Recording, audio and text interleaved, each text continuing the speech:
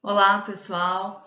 Meu nome é Michele Diniz, sou dermatologista. Agradeço a comissão organizadora pelo convite para poder falar um pouquinho para vocês sobre as manifestações cutâneas na doença inflamatória intestinal. Aqui são meus conflitos de interesse e para essa aula realmente eu não tenho nenhum conflito de interesse declarado. Então, as manifestações cutâneas elas ocorrem com certa frequência na doença inflamatória intestinal.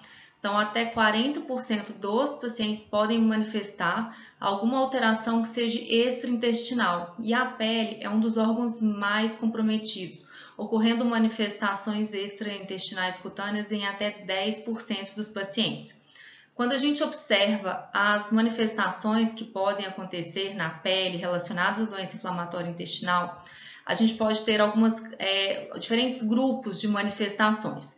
Então, são manifestações específicas que têm as mesmas características da doença inflamatória intestinal, distúrbios mucocutâneos associados à doença inflamatória intestinal, manifestações que são consideradas reativas à doença inflamatória intestinal devido a uma semelhança de mecanismos imunológicos e afecções mucocutâneas secundárias ao tratamento, além de consequências principalmente nutricionais devido à esfoliação que acontece muitas vezes com a doença inflamatória intestinal e que pode favorecer uma série de dermatoses carenciais. Quando a gente divide, né, os diferentes grupos, então tem várias doenças em cada grupo.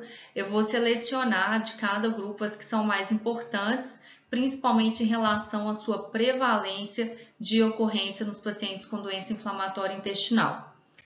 O primeiro grupo dessas manifestações são aquelas manifestações específicas que têm as mesmas características inflamatórias da doença inflamatória intestinal.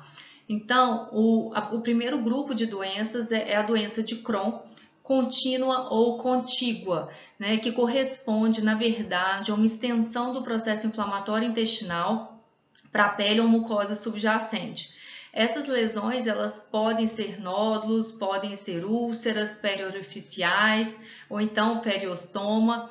E a doença perianal ela vai estar presente em 50% dos pacientes com doença de Crohn e se manifesta como abscessos e fístulas. Alguns guidelines, principalmente as diretrizes europeias, consideram essa doença contínua como parte da doença e não como manifestação extraintestinal propriamente dita. Então, a gente observa normalmente fístulas enterocutâneas e que podem ser descritas também em cicatrizes, tanto cicatrizes abdominais e cicatrizes de laparotomia ou no umbigo. O tratamento nesses casos, na verdade, é o tratamento da própria doença inflamatória. Então, a gente vai utilizar, né, os imunossupressores, que, né, o gastroenterologista já tem costume, e a abordagem cirúrgica também muitas vezes vai ser necessária nesses casos. Ainda dentro desse grupo de manifestações com as mesmas características histológicas, a gente tem a doença de Crohn metastática. Então, são lesões cutâneas distantes do trato gastrointestinal e quando a gente faz uma biópsia, a gente tem as mesmas características da doença de Crohn. Então, localizam-se principalmente nos membros inferiores e áreas intertriginosas, mas pode-se observar em qualquer local do corpo. Então, normalmente são nódulos, placas, fístulas ou úlceras. Do ponto de vista histológico, como vocês podem notar aí na figura, a gente tem granulomas, formação de granulomas não caseosos. E é interessante que não existe uma correlação entre a evolução da doença inflamatória intestinal e a gravidade dessas manifestações extraintestinais. Importante a gente fazer diagnóstico diferencial com hidradeniite supurativa, que acontece principalmente, são nódulos recorrentes, fístulas axila, virilha, região glútea também, então é importante fazer diagnóstico diferencial, mas na biópsia a gente vai encontrar muitas vezes resquícios de pelo dentro dessas fístulas, desses nódulos, e o pioderma gangrenoso, que eu vou abordar mais para frente, que também pode estar associado à doença inflamatória intestinal e faz diagnóstico diferencial com essas lesões, principalmente quando são lesões ulceradas. O tratamento também vai ser próprio da doença de Crohn e quadros localizados também podem ser feita abordagem cirúrgica das lesões. Um outro grupo são as doenças mucocutâneas associadas à doença inflamatória intestinal, ou seja, são doenças que existem independente da doença inflamatória intestinal, mas que a gente tem uma prevalência maior dessas doenças nos pacientes com doença inflamatória e vice-versa. Os pacientes com doença inflamatória também vão ter uma maior prevalência dessas doenças. Então, o que eles têm em comum é um processo inflamatório crônico e muitas vezes uma base genética, genes em comum, que predispõe uma maior associação dessas doenças. Então, a gente tem estomatite aftosa, o eritema nodoso, a psoríase e a epidermólise bolhosa. Com relação à estomatite aftosa, ela vai acontecer em 10% dos pacientes com doença de Crohn e retocolite. A gente pode ter lesões únicas ou múltiplas, então normalmente são lesões aftoides, dolorosas, redondas ou ovais, tem uma base amarelada, pode ter uma base com uma pseudomembrana e bordas eritematosas, localizadas principalmente na mucosa bucal e mucosa labial. Normalmente o diagnóstico é clínico, a gente não precisa realizar biópsia nesses casos. Existe sim uma associação com a atividade da doença inflamatória, então é um alerta para o controle da doença, então é importante avaliar se está tendo um bom controle adequado nos casos de estomatite aftosa e também com HLA-B27 positivo. O tratamento das lesões aftoides geralmente é com corticoide tópico, a gente pode fazer bochechos antissépticos, mas é muito importante tratar a doença inflamatória. O tratamento ele também ajuda a controlar essas lesões. Então, tem relatos, inclusive, de tratamentos, drogas anti-TNF, muito utilizadas no tratamento da doença inflamatória, podem ser úteis para o controle da estomatite aftosa. Uma outra doença que é muito frequente, relativamente frequente nos pacientes com doença inflamatória é o eritema nodoso. É a manifestação cutânea mais comum, é descrita em torno de 3 a 10% dos pacientes com doença de Crohn e 15% com retocolite ulcerativa. Então, é relativamente frequente, mais frequente em mulheres, geralmente concomitantes com artrite e doença ativa. Então, assim como as lesões aftoides, o eritema nodoso ele também é sinal de atividade de doença. Ele tende a melhorar com o tratamento cirúrgico, com a protocolectomia. É mais comum também em pacientes com HLA-B27 positivo. E é interessante que o tempo entre o diagnóstico da doença de Crohn e o tempo do eritema nodoso é longo, em torno de 5 anos. Então, na verdade, essa demora para o surgimento não exclui o diagnóstico. Caracteristicamente, o eritema nodoso é típico, então não tem nenhuma particularidade da apresentação clínica do que a gente tem de eritema nodoso de outras causas. Então, nós temos nódulos eritematosos, variam de 2 a 5 centímetros de diâmetro, não ulceram, normalmente localizados simétricos na região pré-tibial, na superfície extensora, e uma característica que normalmente são lesões muito dolorosas. As lesões duram aí normalmente de 3 a 6, pode durar até 3 a 6 meses e podem ficar máculas residuais. Na fase aguda, é importante a gente orientar os pacientes para o repouso e elevação dos membros. Em caso de dor, que praticamente sempre tem, a gente usa anti-inflamatórios não esteroidais. E lembrar, como pode ser sinal de doença ativa, pesquisar a atividade da doença inflamatória e tratar esses pacientes. A epidermólise bolhosa, eu quis trazer, na verdade, assim, é uma doença extremamente rara, nós dermatologistas realmente também não vemos muita epidermólise bolhosa, mas qual que é a importância da gente falar? Na verdade, eu acho que é uma importância maior até para os dermatologistas quando estão diante de um paciente com epidermólise bolhosa adquirida, porque 30% deles vão ter doença inflamatória intestinal, principalmente doença de Crohn. Então, é muito importante nesses pacientes de epidermólise bolhosa a gente investigar o acometimento do trato gastrointestinal. É uma doença bolhosa, autoimune, e a gente tem autoanticorpos contra o colágeno tipo 7, que está associada aí ao HLA-DR2. Classicamente, é uma lesão em que a gente tem uma fragilidade cutânea, leva à formação de bolhas e cicatrizes em áreas de atrito. Então, é muito comum mão, cotovelo, joelho, então áreas de maior atrito. E essa associação, na verdade, está relacionado a um fenômeno chamado de epitope spreading, em que a inflamação intestinal crônica vai induzir a formação de autoanticorpos contra o colágeno 7. E esse colágeno 7 do intestino vai reagir, esses autoanticorpos reagem contra o colágeno 7 da pele, da junção dermoepidérmica, então induz a formação das bolhas. Então, a melhora da doença intestinal, com controle desses autoanticorpos, também leva à melhora das lesões cutâneas. Então, acho que, apesar de ser uma doença muito rara, a gente não vê com frequência, mas essa grande associação, acho que traz isso à importância. Para o diagnóstico de doença da epidermólise bolhosa, a gente faz biópsia, sim, com imunofluorescência, para identificar o ponto da bolha, o ponto de clivagem dermoepidérmica. E o tratamento é corticoide, dapsona, azatioprina e micofenolato do ponto de vista cutâneo, mas é importante lembrar do tratamento da própria doença inflamatória para fazer o controle também das lesões cutâneas. Uma outra doença que tem uma grande associação com a doença inflamatória intestinal é a psoríase.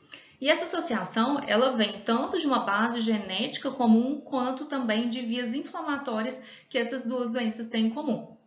Com relação à base genética, então o locus do IBD3, que é um gene envolvido na doença de Crohn e retocolite, e o locus do PSORS1, que é o principal gene associado à psoríase de início precoce, foram encontrados na mesma região 6p21. E o gene que codifica o receptor da IL-23 e a interleucina 12 beta estão ambos implicados na patogênese da psoríase e da doença inflamatória intestinal. Então, existe essa base genética, esses genes associados. E a gente vê, inclusive, famílias que às vezes a mãe tem doença inflamatória intestinal e os filhos têm psoríase. Então, isso a gente vê que tem essa intercambiabilidade. E de via inflamatória, a gente tem distúrbios inflamatórios mediados por TH1 associados a síntese aumentada de citocinas, IL-17, IL-21, TNF-alfa, interferon gama. Tanto é que a gente utiliza os mesmos medicamentos para tratar, né, a psoríase e a doença inflamatória intestinal, como os anti-TNFs e anti-L12 e 23. Então, 7 a 11% dos pacientes com doença inflamatória vão desenvolver psoríase. Aqui a gente está falando da psoríase clássica. Eu vou falar mais para frente aqui da psoríase paradoxal, mas na verdade aqui é da psoríase clássica tradicional. Não tem relação a gravidade da psoríase com a doença inflamatória intestinal. E nesses casos que não são relacionados ao tratamento, a gente vai tratar a psoríase independente, né, da doença inflamatória intestinal. Claro que é sempre importante a gente estar junto com o gastro, com o coloprocto, que vai tratar esses pacientes, para a gente escolher uma medicação que às vezes vai ajudar as duas doenças, igual o anti-TNF ou então o anti-L12 e 23. Caso de psoríase leve, nós vamos tratar com tratamentos tópicos ou então, eventualmente, uma fototerapia. E um outro grupo de condições associadas à doença inflamatória intestinal são condições mucutâneas secundárias ao tratamento. E aqui que eu vou entrar para a gente falar um pouquinho da psoríase paradoxal. Então, o que é uma reação paradoxal, de forma geral? É o início, que normalmente 80% dos casos, ou exacerbação de dermatoses pré-existentes ou que podem ser tratados com aquela classe de droga. Tipicamente, a gente tem a psoríase paradoxal, mas podem ter também outras doenças que entram nesse grupo de paradoxais, como a hidradeniite, que também pode ser tratado com anti-TNF, o lúpus eritematoso, dermatomiosite, vasculites, doenças bolhosas, granuloma anular, líquen plano, pioderma, alopecia areata, vitiligo, sarcoidose, são relatos de casos, essas são menos frequentes, com certeza psoríase e hidradeniite são as reações paradoxais mais comuns que a gente vê. E existem várias teorias para tentar explicar essa reação paradoxal. Então, a gente pode ter uma maior permeabilidade epidérmica, quebrando a função de barreira em algumas doenças, aumenta a suscetibilidade de superinfecção bacteriana. No caso da psoríase paradoxal, o mais aceito é o aumento da secreção de interferon por células TH1, aumento da função de células TH17, presença de células dendríticas plasmocitoides que produzem também interferon e produção de citocinas pelos queratinócitos. Existem, várias teorias, mas parece que realmente a questão do aumento de interferon na psoríase paradoxal seria o mais importante. E quais são os fatores preditores, de reação paradoxal nos pacientes para desenvolver principalmente a psoríase paradoxal? Seria sexo feminino, doença de Crohn, história pessoal ou familiar de doença de pele, tabagismo, aumento do índice de massa corpórea e tratamento com adalimumab. Então, de todos os anti-TNFs, ele parece ser o mais implicado com as reações paradoxais. Querendo ou não, também é o medicamento que é mais utilizado para ter maior número de indicações dos anti-TNFs que a gente tem disponíveis. Então, tem esse viés em relação ao quanto ele é usado e aumenta, com certeza, o risco de reação paradoxal. A prevalência da psoríase paradoxal chega a 10% dos pacientes tratados com anti-TNF, então é relativamente alta. A gravidade é bem variável. A forma clínica mais comum, então, tem várias porcentagens. De forma geral, o que é mais aceito é que a pustulose palmo-plantar é a forma clínica mais comum. Um dos trabalhos que eu encontrei, ele coloca em torno de 56% palmo-plantar, pustulose, placas típicas 55%, mas pode ter outras formas, como a gotato, em 15% dos casos. E quando a gente compara a reação paradoxal pelos diferentes anti-TNFs, então o adalimumab é mais frequente, mais precoce, em torno de 40 semanas, comparado a 126 semanas do infliximab. O certolizumab fica aí no meio, em torno de 69, 70 semanas para o surgimento das reações paradoxais. E, na verdade, assim, surge sempre uma dúvida. Preciso suspender o anti-TNF nesses casos? Vai depender. Depende da gravidade da reação, se a gente vai conseguir controlar com tratamento para aquela doença. Então, casos leves, a gente vai tratar, por exemplo, psoríase com untos tópicos ou fototerapia. A gente pode associar, por exemplo, também uma citretina, que é um retinóide, para poder tratar o metrexato, mas em alguns casos graves, casos mais refratários, a gente vai ter que trocar realmente de classe, trocar por um outro anti-TNF. Existe ainda um grande risco de manter essa reação, porque normalmente era grupo específica, então a gente tende a orientar a troca para o anti-L1223, que no caso também teria aprovação para uso na doença inflamatória intestinal. O ustekinumab, ele é aprovado, né, para tratamento também de psoríase e artrite psoriásica. Então, normalmente a gente maneja isso junto e tenta controlar, principalmente se o paciente vem apresentando um bom controle da sua doença inflamatória intestinal com o anti-TNF. Um outro tipo de reação que eu queria falar para vocês, que é muito frequente, na verdade, quando a gente olha, né, todos os estudos aí de biológico e vê qual que é o efeito adverso mais frequente de reação no local da aplicação. E essas reações são cutâneas, então pode ocorrer após a administração dos subcutâneos todos, né, adalimumab, etanercept, cetolizumab. São eventos comuns, mas normalmente eventos de menor importância, normalmente não levam a suspensão. Então a gente tem geralmente eritema ou placas, eritema e edematose, pode fazer tipo urticárias no local. E essas lesões, ou então eczema, está associado geralmente a prurido ou dor. São autolimitadas, desaparecem em torno de 3 a 5 dias. De forma geral, não exigem a suspensão do medicamento e o tratamento vai ser corticoide tópico se necessário. Se o paciente falar, não, 2 dias isso já melhora, não tem grande prurido, não tem necessidade da gente prescrever nenhum outro tratamento. E a tendência das reações local de infusão, de aplicação, é sempre ir melhorando ao longo do tempo, ao longo das aplicações. Sempre oriento o paciente também a alternar o local de aplicação para diminuir a chance de ter uma reação muito frequente em determinado local. Um outro grupo de reações relacionadas à doença inflamatória intestinal de manifestação cutânea são as manifestações reativas.